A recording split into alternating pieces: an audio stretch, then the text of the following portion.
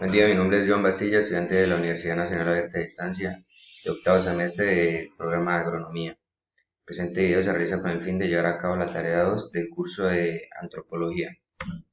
En este caso, eh, identificamos el pueblo de San Luis de San Basilio de Palenque, el cual elegí, me pareció muy interesante por un factor fundamental como su idioma, del cual le voy a hablar más adelante. Empezamos con el primer punto, identificando las expresiones, símbolos, saberes, tradiciones o manifestaciones de la cultura y por qué la escogí. Entonces, este pueblo es descendiente de los cimarrones, llamados así por los españoles, a estos esclavos eh, que se iban desplazando y dejando a un lado la esclavitud para independizarse. Este pueblo fue la primera comunidad afroamericana en quedar libre de la esclavitud en todo el continente. Se expresa, tiene una forma de expresarse de manera alegre con danzas y cantos, tradicionalmente utilizando instrumentos como las maracas, los tambores y platillos también. Eh, Se identifican por mantener su cultura, eh, un símbolo negativo, según lo observado por Alexander von Humboldt, es que estos africanos eran marcados por sus dueños, entre comillas, en esa época, con un hierro candente, el cual deja una cicatriz permanente e imborrable. Mm, eh, Además de la ropa que podemos identificar aquí, la indumentaria de sus antepasados en comparación con la de la actualidad, se puede identificar que mantienen sus tradiciones y vendiendo su comida, la comida tradicional. Además de estas expresiones, la importante, el cual me interesó y me incliné por este pueblo, es el idioma que tienen en común, denominado el palenquero, el cual se identifica como una lengua criolla de una mezcla del castellano, portugués y africano. De los años 90, este idioma, esta lengua fue aplicada para un plan de estudio escolar en dicha comunidad, es decir, estudian su lengua, es lo más importante. También se identifica el lumbalú, que es una tradición fúnebre de dicha comunidad. Honran al fallecido durante 9 días y 9 noches, eh, haciendo danzas, caminando eh, y haciendo sus diferentes ritos religiosos. Eso es lo que tal vez lo mantiene más unido.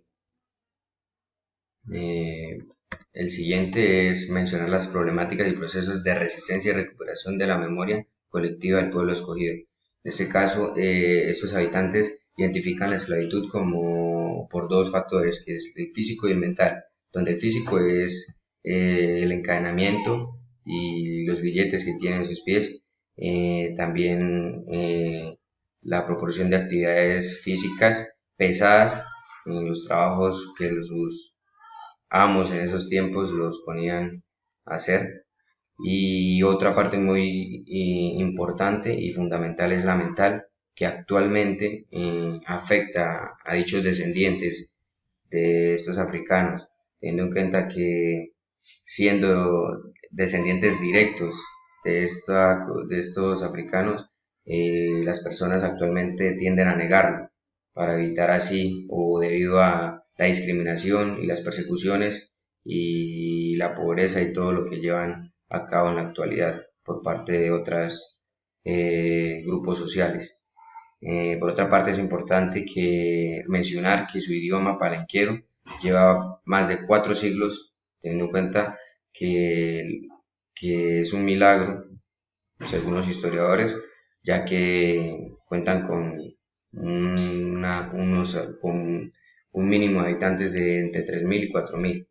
Es un pueblo muy pequeño y se ha mantenido por muchos siglos. La otra parte es explicar a qué se refiere el proceso de enculturación según la lectura de Kotak. Como lo dice la palabra, es incluir en la cultura. En este caso, se practica mediante los adultos, transfiriendo sus conocimientos a las generaciones más jóvenes. En este caso, las costumbres, normas, indumentarias, cantos, la lengua importante también, haciéndolo de una manera consciente e inconsciente, incentivándolos en las prácticas positivas y dejando a un lado las prácticas negativas que no pertenecen a la cultura. Según lo realizado en esta actividad, debo responder con mis propias palabras cómo se define el concepto de cultura en la antropología. La cultura es como un factor que se desprende de la antropología, pero un factor fundamental, teniendo en cuenta que se lleva a cabo o se identifican actividades, costumbres, normas, pensamientos, religiones variadas, ¿sí?